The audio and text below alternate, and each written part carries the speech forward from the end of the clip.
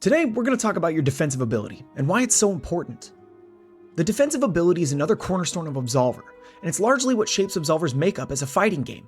In most fighting games, you end up with a system of neutral and punish, where neutral is the game you play before either of you is at a disadvantage, and punish is the game you play when you have successfully won neutral and earned the opportunity to punish on your opponent. In this video, we're going to examine how Absolver uses this mechanic to enable more neutral-focused gameplay. Absolver allows you to select a class at the beginning of the game.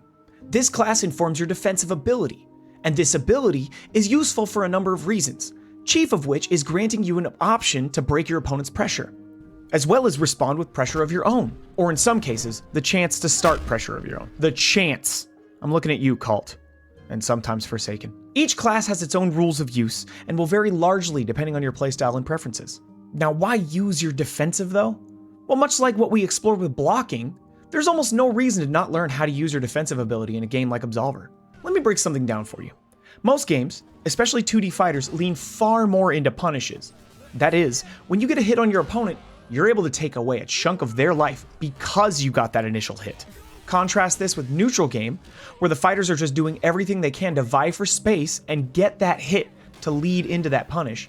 And what you get is these two phases of fighting coming together to form a fighting game. Now, Absolver is a little bit different because Absolver is about 95% neutral game. You spend most of your time on a move-to-move basis, where at any time after being hit, your opponent usually has enough frames to begin blocking. They also usually have enough frames to input their defensive ability. Now, since your opponent has several ways to stay safe from the punish game, Absolver becomes a cerebral duel of who can force someone to make the wrong decision or catch someone by surprise. In Absolver, if you could take your turn back, that is, gain offensive pressure, more than your opponent, that's a really good indicator of you coming out on top more often than not.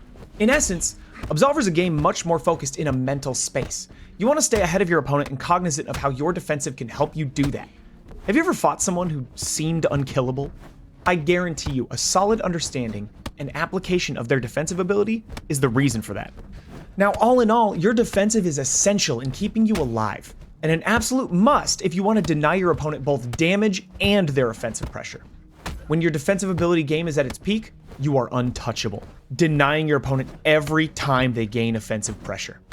A strong defensive game is essential at the higher levels, where the technical execution gap shrinks between players, and the game becomes less about who can press more buttons and more about who can press more of the correct buttons. In this case, the correct button being your defensive. So get to practicing, find some NPCs and get used to learning their combat deck quick so you can shut them down. Consider it in your game plan. It's a powerful tool and you shouldn't be fighting without it. I mean, you don't want to take another spinning high kick to the face, do you? See you out there, y'all. This has been Fundies.